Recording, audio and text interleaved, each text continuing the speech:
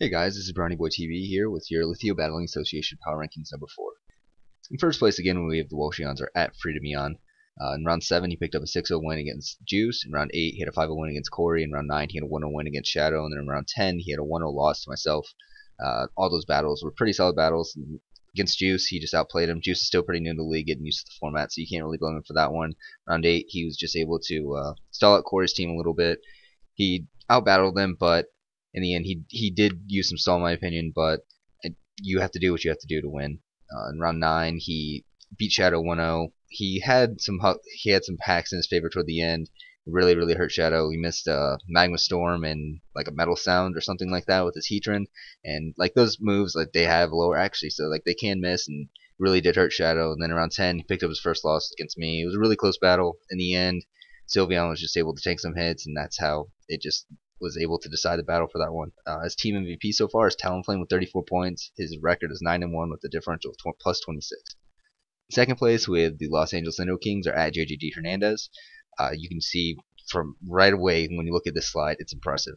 He picked up a 6-0 win, 3-0 win, 3-0 win, 4-0 win, 4-0 win. Like that's impressive, especially when you look at his opponents. In round 7, I should say, he had a 6-0 win against Jody. Round 8, he had a 3-0 win against Bogut. In round 9, he had a 3-0 win against Juice. In round 10, he had a 4-0 win against Kelly. And in round 11, he had a 4-0 win against Shadow. That is an impressive slate of games, and I had to move him up after that. He's just been battling really well, and it's really good to see him improve. And like he's been battling pretty well all season, but just to see him step up his game right before playoffs, that makes him a huge threat. So it'll be interesting to see how he's able to handle his team and try to progress throughout the playoffs once that starts up soon. His team MVP so far is Mega Garchomp with 32 points. His record is 9-2 with a differential of plus 32. In third place, with the component Litwicks, are at Vertilite. In round 7, he had a 4-0 win against the Detroit Pincers. In round 8, he had a 2-0 win against the New Jersey Magnums. In round 9, he had a 6-0 win against Quarry. And then in round 10, he had a 5-0 win against Chicago Flareons, chujo. Vertilite's just been battling really well. He's Vertilite. We all expected him to once he came into the league. He does his homework. He can gen whatever he needs, and like it's not a ginormous advantage because we all have some, like we draft Pokemon that we have and Pokemon that we have different sets for and stuff like that, and people have access to power saves and stuff like that, so they can change hidden powers and all that good stuff. But it definitely does help Vertilite that he can gen, but he's just also a great battler. So when you have both those things in your favor, it's really hard to beat you, and he knows what he's doing with his team. His team MVP is actually Mega Tower with 22 points, who he just dropped, so I'm sure it'll change into somebody else soon, but that has been the highest scorer for his team up to this point in the season, so I just decided to leave it. His record is 8-2 with a differential of plus 23. In fourth place, with the Pori Arcanines, are at Nuclear Android. Grail's been battling really well so far, as you can see. He picked up 2 losses in the slew of games, but he's just been pretty consistent altogether.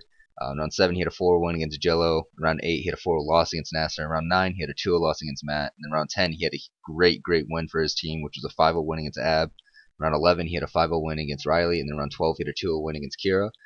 Grail's he brings really good teams, and he puts a lot of effort into this, which definitely helps him, helps anybody if they try, because you know what you have a good idea what your opponent's going to bring if you look at their previous games, or if you just pay attention to the league and who's like their top killer. Like that's just something that you should like be able to pick up on, because you know who they're going to try to set up with or use like specialized moves on, really.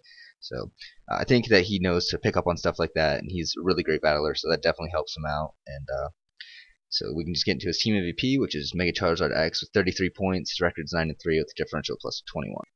In fifth place, with the Rhydons, are at Do Justice. This is Ab, and in round 7, he had a 1-0 loss against Chris. Round 8, he had a 3-0 win against Jody. In round 9, he had a 4-0 win against Bogut. In round 10, he had a 5-0 loss to Grail. And in round 11, he had a 2-0 win against Juice.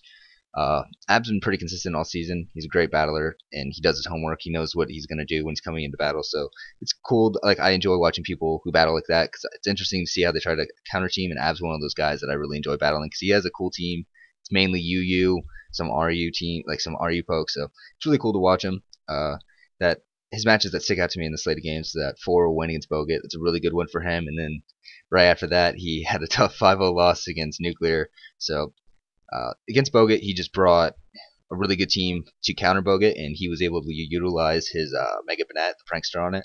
So that really hindered Bogut's ability to win that one. And then round 10, he just got mollywopped by Nuclear. He just couldn't do too much, and Nuclear just outplayed him all game. So it'll be interesting to see how he tries to recover and how he tries to progress in the playoffs. It'll be interesting to see, assuming he makes the playoffs, because Alpha is just a dogfight. So that'll be really fun to watch as the season just closes out, because we're just about at the end. His team MVP so far is Dragonite with 49 points, who's the MVP for the entire league. His record 7-4 with a differential plus 10. Sixth place with the Cleveland Cavaliers are at Sancho Bogut. In round 7, he had a 5-0 win against Shadow. It was a huge win for him. In round 8, he had a 3-0 loss to JJ. In round 9, he had a 4 loss to Ab. And then in round 11, he had a 5-0 win against Rudy. His round 10 match isn't on there because him and Jello have been unable to schedule a battle yet.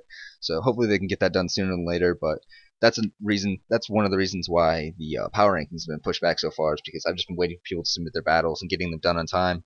And nobody's been really getting their battles done on time. Like, I myself have been guilty of it, because I had to push back a battle against Fredemion, but we had to push it back because I had school, and then he had to push it back because he didn't really specify why, but I had already pushed it back, so I had no problem with him pushing it back at all. So, but we got it done. It's just we just need people that have had their matches postponed to get them done too. But hopefully they can figure that stuff out, because the season will be ending really soon, because this round that we're working on right now ends Wednesday, which is November 5th, and then the round after that will be ending on Tuesday, and that will be the end of the regular season. So hopefully everybody can get their matches done by then, because I don't want to be dishing out forfeits, but I will if I have to, because we can't put off the playoffs, because the playoffs, the way that they're scheduled, is to end right before RAS comes out. So hopefully everybody can just get their stuff done on time. But back to Bogut's slide. Matches that, like, every single one of these matches really sticks out to me, just because Bogut, like, they were all really important for him. He needed a good win against Shadow, and he got it. He got a huge score with it too, so that was really good for him. Round 11, that 5-0 win against Rudy. Rudy's been struggling all season, so to get a big win against him definitely helps Bogut, helps his record, helps his differential. He needed that after his 2 losses, because he struggled against JJ, who was just unable to really do anything. There was a crit. I can't remember specifically what happened, but I know that there was a crit or some hacks that really cost him in that battle. And then against Ab, he just got outplayed. He got out game planned, in my opinion. Like, Ab used some, I'm not going to call him stally tactics, but he was able to utilize his prankster. Everybody knows how annoying prankster can be, and he just used it well. So hopefully Bogut can recover from that and try to push forward and make the playoffs. His team MVP so far is Latios with 31 points. His record 6-4 with a differential plus 14. Seventh place with the Portland Timbers are at Brownie Boy TV, which is myself. In round 7, I had a 1-0 win against Ryan. Round 8, I had a 4-0 win against Texto. In round 9, I had a 3-0 win against Chicago Flareons. In round 10, I was able to hand the Welshians their first loss of the season with a 1-0 win. And in round 11, I had a 3-0 loss against Kelly. Altogether, I battled pretty well. That round 11 loss really hurt me. It's just he brought a stall team. He didn't utilize stall per se, but he brought a stall team. He had 4 walls, Slowbro, Skarmory, almost fully defensive Arcanine, and a Mega Venusaur. And I didn't game plan for that. I didn't game plan for him to bring a team like that. So I just have to get better with that. I need to be able to realize when people can bring stall, when I need to bring stuff to break down their stall, and I just didn't do it. And that's not a knock really on Kelly. He brought a team to win, and he did. And I just didn't do proper homework going into that battle. So I just need to get better on that. Against Ryan, it was a really close match. I had some hacks against me, but I was able to pull out the win, so it was a solid one. Round 8 against Texto, I just outplayed him. I saw that he had a huge psychic weakness on his team, and I utilized that all battle.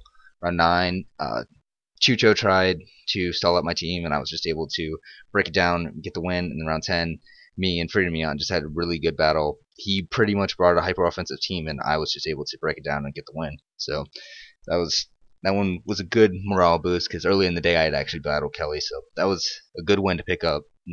My team MVP so far is Vulcan with 32 points. My record's 8-3 with a differential plus 10. In 8th place with the Jabel Relicants are at Nazari. Nasser has really picked up his game so far at the end of toward the latter part of the season. He has just gotten exponentially better. It's really fun to watch him, because he's using cool sets and he's making them work, and he's just battling really well. So it's nice to see him turn the season around, because early on he struggled, and then he's just really picked it up. So it's been cool to watch him change everything and be able to realize his mistakes and realize his weaknesses and just play around them. So I think that he's going to do really well, and he can make a late run in the playoffs, in my opinion. So in round 7, he had a 3-0 loss against Kira. In round 8, he had a 4-0 win against Nuclear. In round 9, he had a 2-0 win against Ryan. And then round 10, he had a 1-0 win against Chris. His team MVP so far is Kingjo with 20 points. His record 7-3 with a differential plus 8. Ninth place with Sir Litheo, or at Tipster Jones, which is Matt or Tom. In round 7, he had a 4 win against Riley. In round 8, he had a 1-0 loss against Kira. In round 9, he had a 2 win against Nuclear. In round 10, he had a 5 win against Jody. And then round 11, he had a 1-0 loss against Texto. Matt's been battling pretty well. Against Nuclear and Texto specifically, he had to utilize stall. He was just able to knock out almost their entire team with just his Blissey, and I'm not going to knock him for it because you really have to do whatever you can to win in this league, especially when it's getting towards the end of the season, and I'm not going to blame anyone for using stall or anything like that because you just have to do what you can to win, and that's all that he was trying to do. So like, I'm not going to blame him for that. You can see he still picks up a lot of kills, and he can still always have that sweep threat with his Azumarill, because Azumarill is his team MVP with 45 points, and Matt is a really great battler. He was last season's champion, so it'll be interesting to see how he finishes off the season and how high of a seed he gets into the playoffs, because I'd say that he's almost a lock just because of how good of a battler he is, and his schedule isn't overly difficult for the remainder of the season, I should say. So it'll be interesting to see how Matt is able to handle his team and try to game plan for other teams in the playoffs and see if he can potentially represent Omega in the Super Bowl per se. So again, his team MVP is Zoomer with 45 points, his record 7-4 with a differential plus 15. 10th place with Tennessee Raichus are at Shadow 236. Shadow's just been really, really, really unfortunate with hacks lately. It's really been hurting him. He's not battling as well as he usually does, but he has had some insane hacks against him. Like, it's been pretty unreal, I'm not gonna lie. In round 7, he had a 5-0 loss against Bogut. Round 8, he had a 3-0 win against Juice. Round 9, he had a 1-0 loss against Freedom. And round 10, he had a 4-0 loss against Ryan. Altogether, he's battling pretty well, but I'd say that he relies too much on his trickery. Like, that's what he's known for, and like it wins him a lot of his battles. And it's not something that I'm trying to knock because it's what makes him such a great battler, but he relies too much on the attract like in Confuse Ray, like in his favor in speed ties, and when those don't pay off for him, he loses. And on top of that, he's been getting misses and crits. So hopefully Shadow's able to turn around and make the playoffs, but as of right now, he's really struggling, and he just needs to hopefully end this awful slate of games that's been happening for him. It'll be interesting to see if he's able to like mentally recover from it. I'm pulling for him because I really like him. He's a really great guy. He's a great battler, so it'll be interesting to see. It'd just be insane to have a playoffs without Shadow in my mind, but the way that it's panning out right now, and if the hacks keep happening to him, there's no way that he's going to be able to make the playoffs because he's got a pretty tough schedule left. So we'll see how that pans out for him.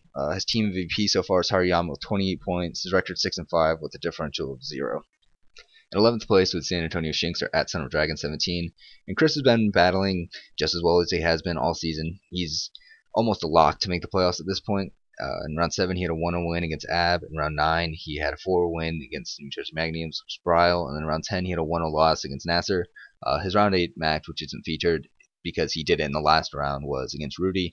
And I can't remember the exact score, but he beat Rudy by a pretty sizable amount. So Chris has been battling well, much better than last season, and he's just got a really good team, and he knows how to utilize it. He's able to like breed and bring the exact type of Pokemon that he wants to every battle because he's committed to it, and I respect it, and he's improved greatly as a battler all around. So I think that he's going to make the playoffs, and if he can keep it up, he's going to be a threat in the playoffs. His team MVP so far is Greninja with 29 points, record 6-4 with a differential plus 10. In 12th place with the person who's just improved the most from the beginning of the season, that's Giovanni, or the Toronto Trainatars. Round 7, he had a 3-0 win against Chucho. Round 8, he had a 1-0 loss against Riley. Round 9, he had a 5-0 win against Kelly. And in round 10, he had a 4-0 win against Bryle. Giovanni, he doesn't game plan. He just brings the 6 Pokemon that he wants to bring. And had he not had to forfeit some matches earlier on in the season due to breaking rules in the league, he would have probably even a better record because he's just an outstanding battler, and he knows how to use his team. Like, his Tyranitar is absolutely just a monster because he pursuit traps people and they can't do anything about it. If you try to switch, you're going to get destroyed by pursuit. If you try to stay in, he's probably still going to kill you with the pursuit.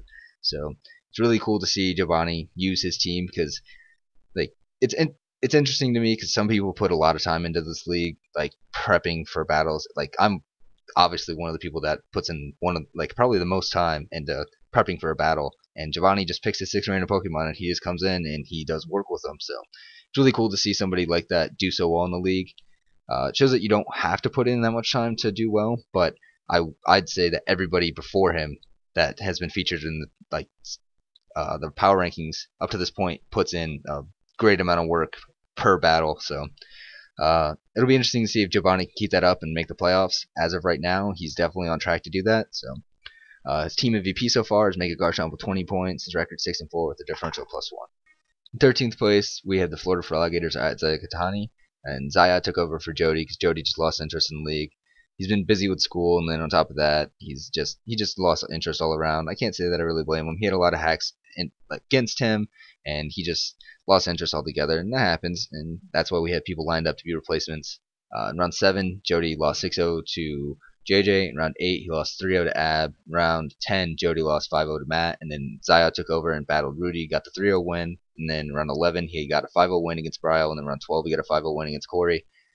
Zayad's a really good battler. He's Verdeley's little brother for people that don't know, and he knows how to do his homework, and he's utilized his resources and just his all-around battling knowledge.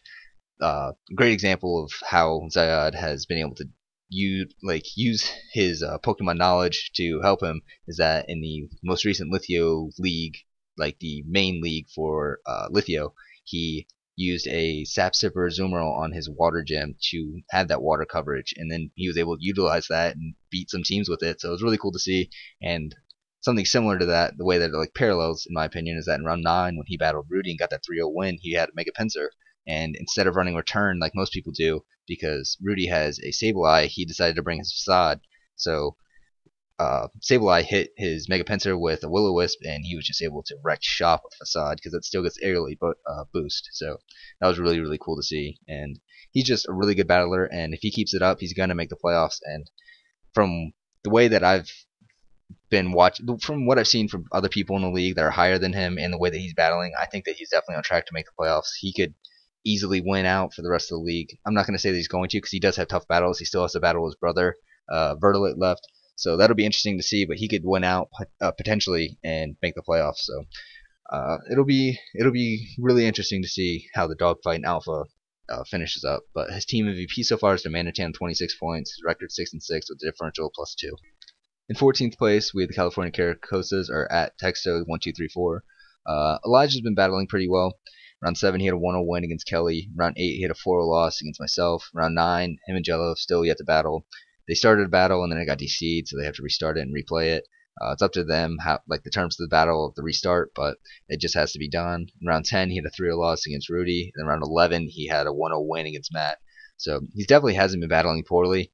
He just has a team that he claims that isn't his style, but I just think that he should have drafted better. He relies too heavily on his sticky web support from his Galvantula, and a lot of people can just come in and defog it or rapid spin it away, and from there your team you don't have that speed advantage and you're down to Pokemon. So in my opinion, it's not Galvantula isn't overly useful in this league just because it's so easy to counter, because you're like, okay, he's going to start out with this Galvantula, he's going to either sticky wave right away, he's going to go for a Thunder, he's going to go for a Bug Buzz, Energy Ball, or he's going to try Thunder Wave. That's all that Galvantulas do. So I just think that a Galvantula is just too limited for a league like this, but he's tried to use it, and he's 5-5 using that exact same tactic for almost every battle. So hopefully he can try to figure something out and try to make the playoffs, but as of right now, he's not in the playoff picture. It'll be interesting to see if he's able to turn it around. His team MVP so far is Mega Pinsir with 33 points, who he just got from a trade with Ryan. And his record is 5-5 with a differential of -2. 15th place with the Baltimore Rivieras are at Under the Radar YT or Kelly. He's been battling pretty well. He's been pretty consistent almost all season.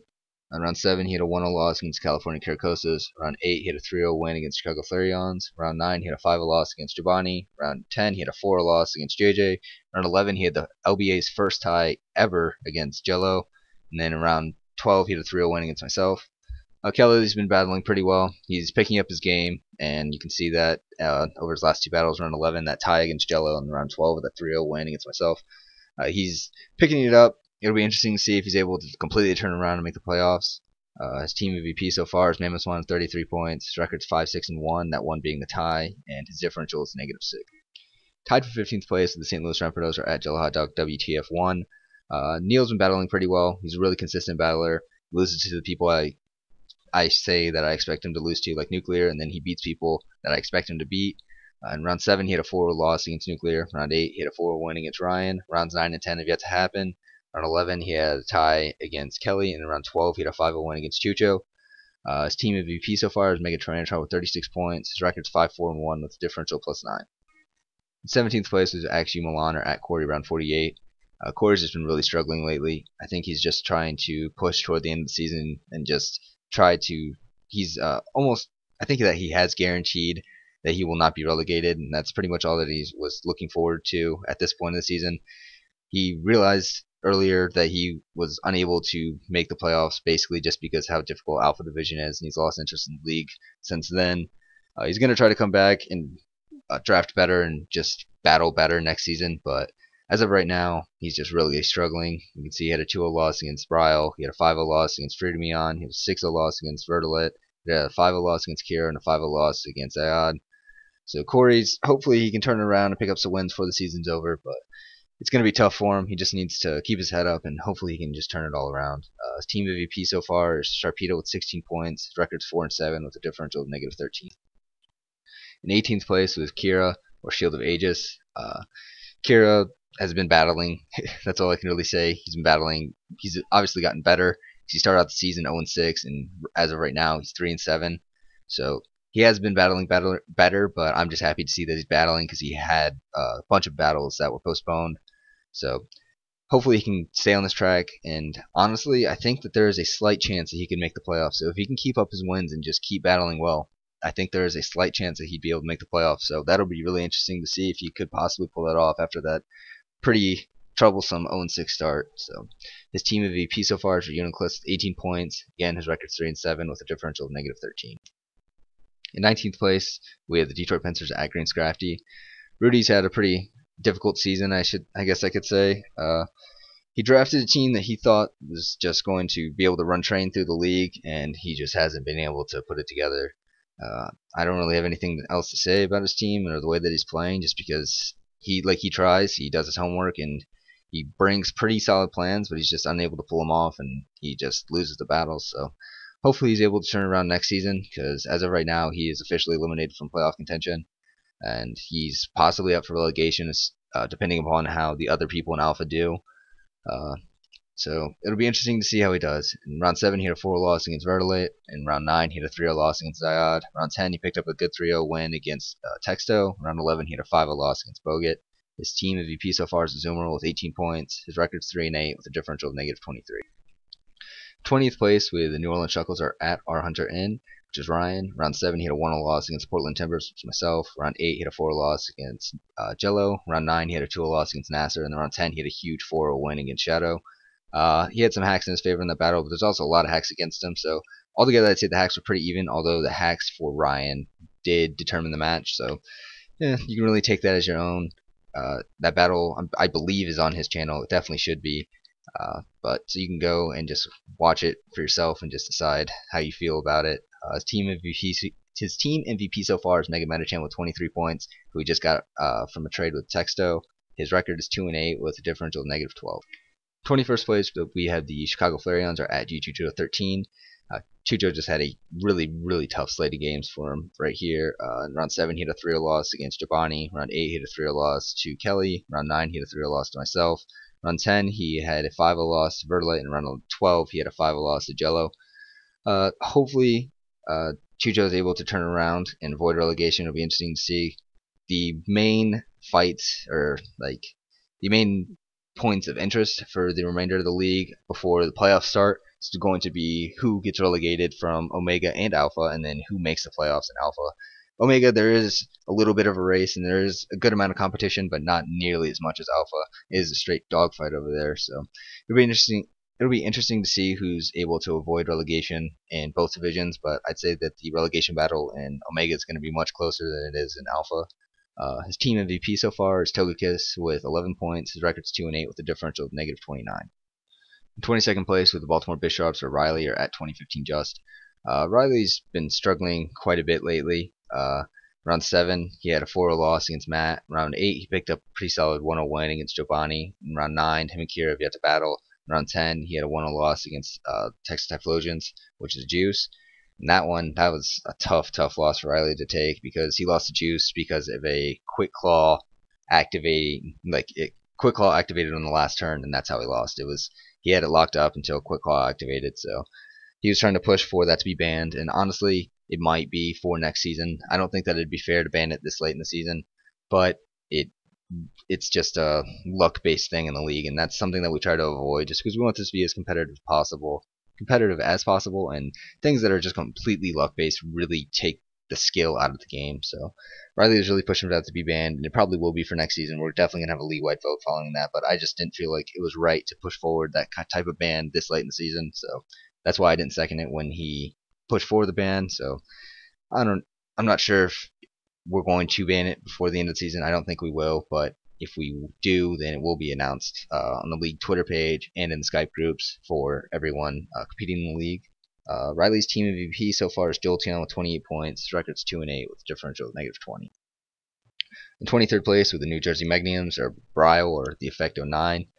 Bryo has been battling much better. He picked up his first win, which was a 2-0 win against Quarry, and from there it was just more tough battles for him. In round 8, he had a 2-0 loss against Verlet, where he battled really well and just was unable to pull it off. In round 9, he had a 4-0 loss against Chris. In round 10, he had a 4-0 loss against Giovanni, and in round 11, he had a 5-0 loss as Ayad.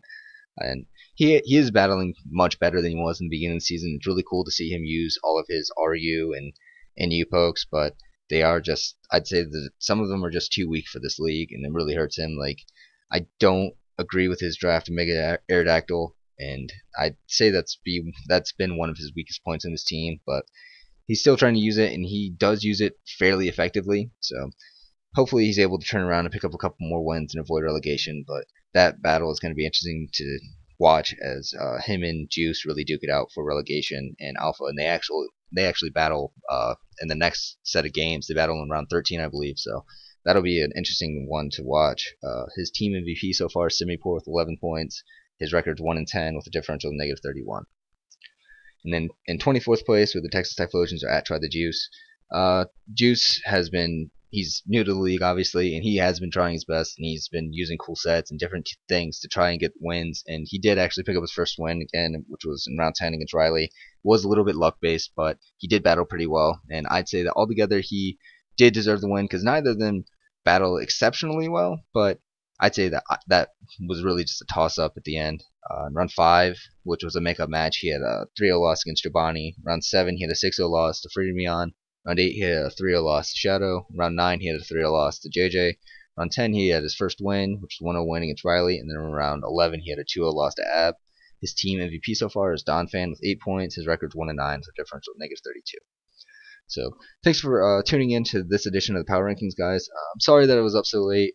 It's just that people weren't getting their battles done on time, and I wasn't about to upload a Power Rankings where half the league hadn't even really battled yet. There was no way for me to properly rate where teams belonged and stuff like that if half the league hasn't battled yet. So I really hope people start picking that up at least by the end of the season, that everybody's on track, because I don't want to hand out those forfeits because if people ran out of time to battle. It's just that we have 6 days to get 2 battles done, and I'd say that a person with a reasonable enough schedule to sign up for a league like this should be able to get those done. Nobody has an absolutely insane schedule, and if they do, then they still usually have at least one day that they can get those battles done, and they need to schedule those battles to be done on that day. And hopefully people are just able to pick that up and get that done, because for the league it's frustrating because people fall behind and then they have to battle 2 or 3 times in a day just to make that up. And then for myself it's really frustrating because I pour at least 2 hours into this league every single day, usually more, and when people don't get their stuff done on time, it's just 2 battles in 6 days, and when they don't get that done on time, then I fall behind on my work because I'm watching battle after battle after battle, either on the last day or the day after the round ends, and it just starts to build up, and I get overwhelmed because I still have school and all that stuff. So hopefully people are able to just get their stuff done. I really don't want any forfeits at the end of the season again, but it'll be interesting to see. And I just want everybody to be on track and on schedule by the time the playoffs start. So, again, sorry for the rant at the end, but thanks again for watching this edition of the Power Rankings, and I'll see you guys next time.